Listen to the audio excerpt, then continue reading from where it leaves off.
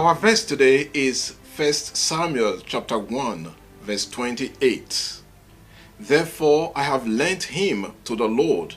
As long as he lives, he is lent to the Lord. And he worshipped the Lord there. We are well familiar with the story of Hannah, who was barren. She went to the temple in Shiloh, prayed for a child, and made a vow to God that if God gave her a child, she would offer him back to God. Hannah had a child, and she fulfilled her promise. Today's verse continues from the previous verse, 27, where Hannah returned to the temple in Shiloh.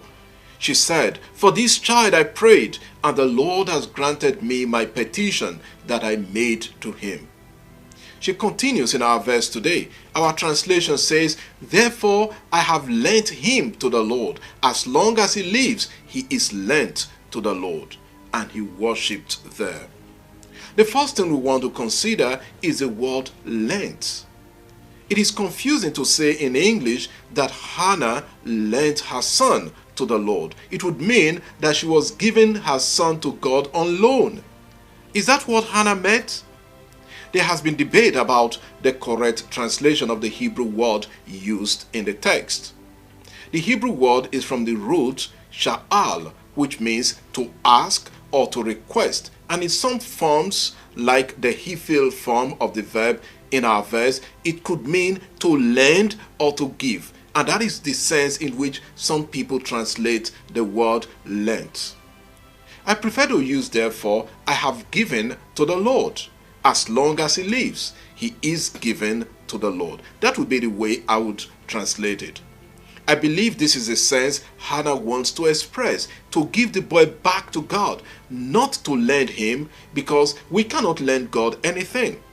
Everything God has given to us ultimately belongs to God. That is the case of perfect dedication to God. Hannah is dedicating the child to God for the rest of his life, not for a period of time, but for the rest of his life.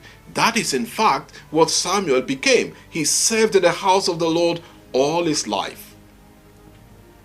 This understanding also goes with the last part of the verse, and he worshipped the Lord there. In other words, he remained in the temple worshiping the Lord. Samuel will be dedicated to the service of the Lord all his life. Our verse today challenges us about our dedication to what we have promised or set out to do. Hannah made a promise and fulfilled it. We make promises to our spouses, or we make religious promises and vows as priests and religious. How faithful are we to those promises and vows? We make promises to be faithful in our places of work or assigned tasks. How dedicated are we to those duties we have accepted? God expects us to do things properly and in the right way. And whenever we accept responsibilities and discharge them faithfully, we are ultimately giving due worship to God, because our lives well lived give glory and praise to God. Lord, as long as we live, may we be dedicated to your service and fulfill our promises to you as our acts of worship. Amen. God bless you. Have a lovely day.